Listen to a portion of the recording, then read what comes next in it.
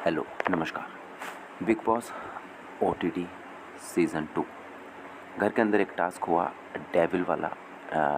तो यहाँ पे हमें देखने को मिला कि डेविल बनाया गया था एल्विश को, बेबिका को, जिया को और एक और को बनाया गया था। तो इन 4 लोगों को डेविल बनाया गया था। बिग बॉस के घर के अंदर हमें देखने को मिला कि डेविल जिनको बनाया गया था उनको सिर्फ रिएक्शंस निकलवाना था, जैसे कि कोई रो जाए, कोई तू करके बात करे या फिर कोई चिढ़ जाए। इस तरीके से एक रिएक्शन निकलवाना था। तो उसने कहीं ना कहीं बेबी का रिएक्शन निकालने में कामयाब रही। इसी बीच बेबिका के और मनीषा के बीच लड़ाई भी हुई। तो आज बात करेंगे मुझे क्या लगता है कौन सही कौन गलत था इस लड़ाई में, और पूरी बात करेंगे। उससे पहले मैं बता दूं कि अगर आपने अभी तक चैनल को सब्सक्राइब नहीं किया है तो ज़रूर कर लें। देखिए, बेबिका की एक बात है कि बेबिका ने टास्क जिस तरह से खेला, मुझे पता है कि उन्होंने पर्सनल कुछ चीज़ें थी जो कि बाहर निकाली, लेकिन टास्क ही कुछ ऐसा था कि गुस्सा नहीं होना है और रोना नहीं है। तो बेबिका ने कहीं ना कहीं मजबूर कर दिया मनीषा को, जो कि मुझे लगा शायद उतना गलत नहीं है।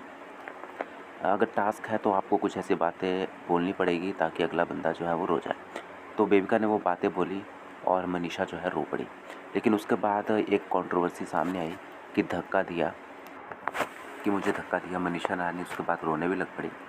जहाँ तक कि धक्के की बात रही, ऑफकोर्स पहले बेबिका फेस के ऊपर चढ़ के आ रही थी।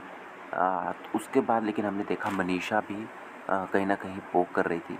मनीषा भी 3-4 बारी उसने गले लगाया, 4-5 बारी, और उसको ही कहीं न कहीं दूर करने के लिए बेबिका ने धक्का दिया था, या धक्का आप कह लें या पीछे हटाया था। मुझे वो भी पॉइंट कुछ ख़ास नहीं लगा। उस पे अभिषेक ने भी कहा कि कैसे धक्का दे दिया, कैसे धक्का दे दिया।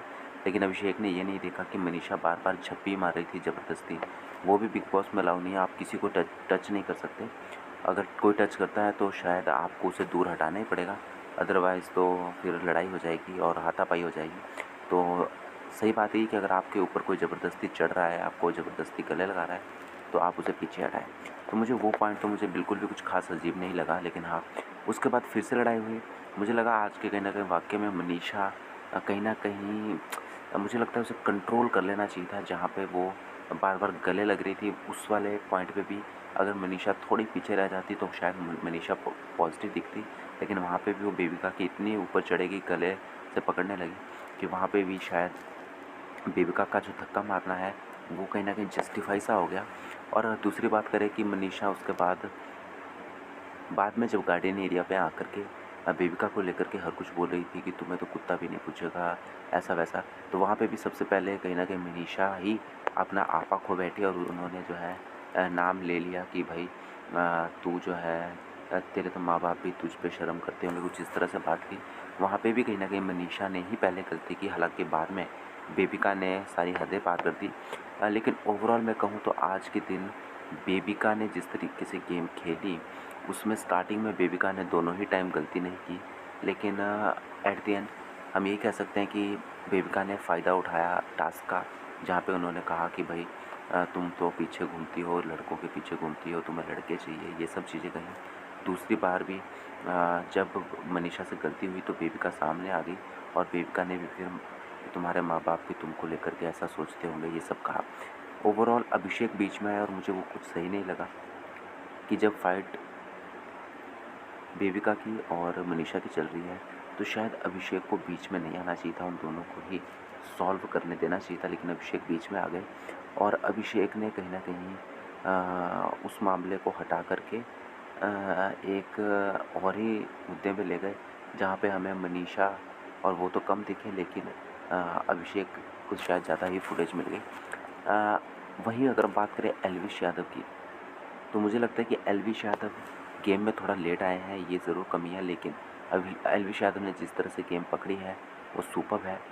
जहाँ पे बेबिका की गलती थी वहाँ पे एल्विश यादव ने बेबिका का साथ नहीं दिया। जहाँ पे मनीषा की भी गलती थी वहाँ पे भी मनीषा का साथ नहीं दिया।